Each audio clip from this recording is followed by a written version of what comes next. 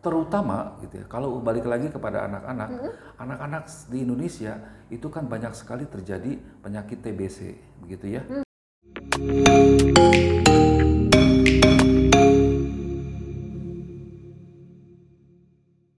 Sebetulnya secara umum yang lebih besar itu propolis itu fungsinya yang sangat luar biasa adalah untuk HEPA protektor gitu ya. HEPA protektor, Oke. melindungi hati manusia gitu ya. Ini banyak sekali studi-studi menyebutkan memang si propolis itu sangat efektif sebagai HEPA protektor. Terutama gitu ya, kalau balik lagi kepada anak-anak, anak-anak di Indonesia itu kan banyak sekali terjadi penyakit TBC, begitu ya.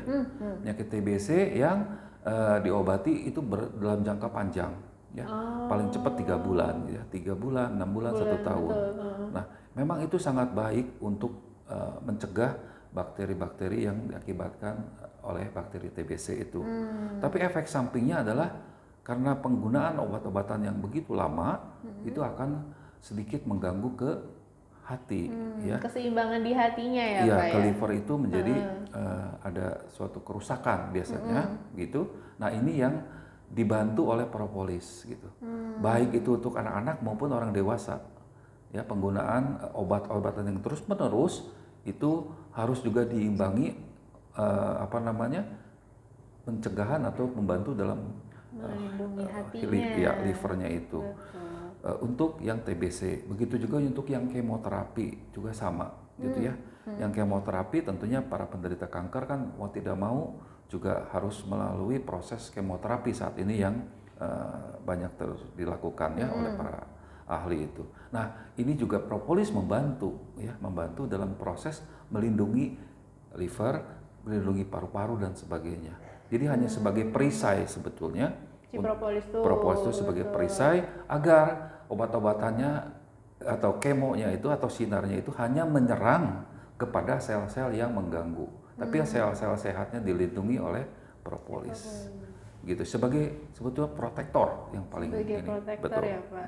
Emang luar biasa banget sih propolis. Memang kayak 3 atau 4 tetes, tapi itu bisa banget untuk membantu meningkatkan sistem kekebalan tubuh kita itu secara alami. Iya. Karena kan kita juga nggak nutup kemungkinan ya, Pak, kita kan juga suka minum vitamin. Iya. Ya, maksudnya untuk zaman sekarang lah, Pak, kita akan minum vitamin, vitamin ini yang mungkin akan meningkatkan kerja keras dari hati kita sendiri gitu. Sedangkan hati itu kan tempat ini nggak sih, Pak, tempat detoksifikasi utama tubuh gitu yang Detoksifikasi, kemudian pengolahan protein menjadi energi dan sebagainya itu semuanya di penting, hati ya, betul. gitu. Berarti memang apalagi kalau ini apa? Berarti kalau misalnya propolis ditambah dengan temulawak, itu kayaknya double protector Double mungkin protector ya. untuk hati. Betul, Ya betul ya, Pak ya. ya.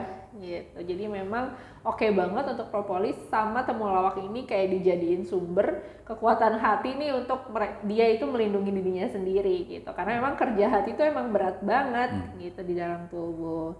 Nah, kalau misalnya propolis nih, Pak, baik untuk anak-anak maupun dewasa. Anak-anak itu bisa konsumsi propolis itu dari usia berapa ya, Pak?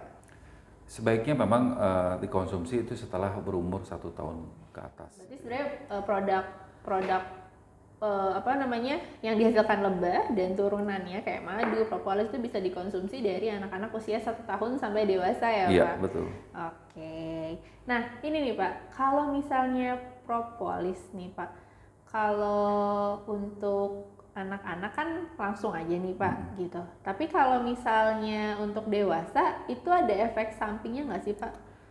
Tertentu gitu, maksudnya ada anak-anak yang mungkin nggak bisa nih minum propolis atau enggak ada dewasa yang memang tidak bisa mengkonsumsi propolis. Karena saya sempat dengar kalau misalnya propolis ini bisa bisa efeknya tuh ada sensitifnya terhadap orang-orang yang alergi. Oke. Atau malah bisa menyembuhkan alergi mungkin, Pak. Memang alergi ini bermacam-macam, tapi Betul. sebagian besar memang beberapa studi menyebutkan efektif juga untuk menyembuhkan alergi, gitu ya. Tapi kalau ada yang alergi terhadap propolis, itu tentunya bisa dikonsumsi dengan dicampur lagi dengan madu misalnya, begitu ya. Kalau memang ingin mengkonsumsi ke propolis. Oke. Tapi kalau memang udah ketahuan dia alergi terhadap propolis, dan biasanya bukan hanya propolis saja tuh Mbak Alfi, kalau itu jadi produk turunan dari lebah semua gitu.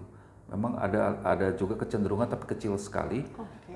Ada manusia yang sangat-sangat alergi terhadap produk-produk lebah dan turunannya gitu. Dengan madu juga ada juga yang alergi gitu. Oh, Iya. gitu. Walaupun ya nggak tahu kenapa gitu. Karena setiap alergi kan artinya biasa ada autoimun dan sebagainya. Jadi dia melawan ada hal-hal yang kurang cocok dengan tubuhnya dia akan lawan kan. Sebetulnya efek alergi seperti itu. Tapi sedikit sekali kasus itu terjadi gitu ya dan banyak tidak dilaporkan gitu. Jadi penelitian maupun literatur saya belum mendapatkan tuh apa sih yang menjadi ada beberapa yang alergi terhadap madu maupun alergi terhadap propolis gitu ya. Berarti sejauh ini aman lah Pak ya, nggak maksudnya Aman, tidak ya, ada efek sementara samping ini. yang Iya, berlebihan, iya. kecuali mungkin yang dinotis tadi ya Pak, Iya. anak-anak under 1 tahun, ibu-ibu menyusui dan ibu yang lagi hamil. Iya. Oke, kemudian apa lagi nih tentang propolis yang mau kita tanyain? Oh ini Pak, katanya propolis juga bisa membantu untuk menurunkan trigliserida Iya. yang berefek pada sehatnya jantung. Itu apakah karena efek dari antioksidan yang dimiliki propolis? Betul, Betul ya? betul sekali. Tapi memang tidak terlalu sekuat dengan beberapa antioksidan yang dikonsumsi lebih banyak ya, Mbak Alfi. Oke. Gitu. Kalau memang apakah memang punya efek untuk menurunkan triglycerid pasti gitu. Tapi harus ditambah lagi dengan komponen-komponen lainnya gitu ya. Jadi memang sebetulnya kita lebih baik fokus saja sih untuk propolis fungsinya apa misalnya. Misalnya untuk batuk ya. Oh Ya, ya. karena kan batuk itu antibakteri gitu. Radang gitu ya, Pak? gitu ya. Oke. Itu mungkin lebih ini. Tapi kalau triglycerid mungkin lebih dianjurkan memakai produk-produk atau obat-obatan yang lain gitu. Propolis mempunyai manfaat tetapi tidak terlalu Spesifik langsung ke sana cespleng mungkin, gitu ya. Nanti Oke. jadi jangan sampai disalahartikan bahwa Betul. wah saya punya gejala triglycerid tinggi gitu ya. Langsung dia konsumsi propolis langsung diharapkan turun. Ini yang kita tidak bisa mengklaim seperti itu ya. Soalnya kan kalau misalnya di pasar nih Pak, di web dan segala macam kan propolis dibilangnya adalah obat dewa nih, Iya. obat semuanya, Betul. pokoknya bisa nyembuhin segala macam gitu. Padahal mungkin ada kapasitas dari propolis sendiri ya Pak. Betul. Gitu. Jadi memang kalau kita lebih fokus ke yang sebagai dia hepatoprotektor, kemudian dia sebagai antibakteri dan antivirus dan Iya. juga antiinflamasi. Karena studi-studinya sudah mengarahnya ke sana. betul. Kalau mengarah ke triglycerid mungkin belum ada yang lebih apa istilahnya fokus ke sana. Nanti kalau ada mungkin ada penelitian atau ada studi ke arah triglycerid nanti kita akan bahas di berikutnya. Gitu Mbak Alfi.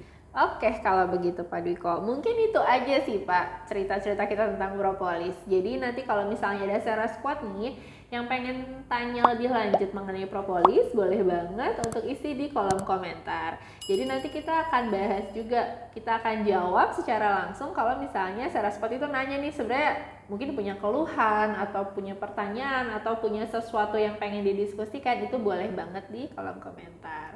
Gitu aja ya Pak Dwiko. Oke. Terima kasih banyak. Sampai jumpa di hari Jumat depan di Sera Podcast episode berikutnya. Be happy, be healthy with Srambi Botani. Bye. Bye-bye. Salam.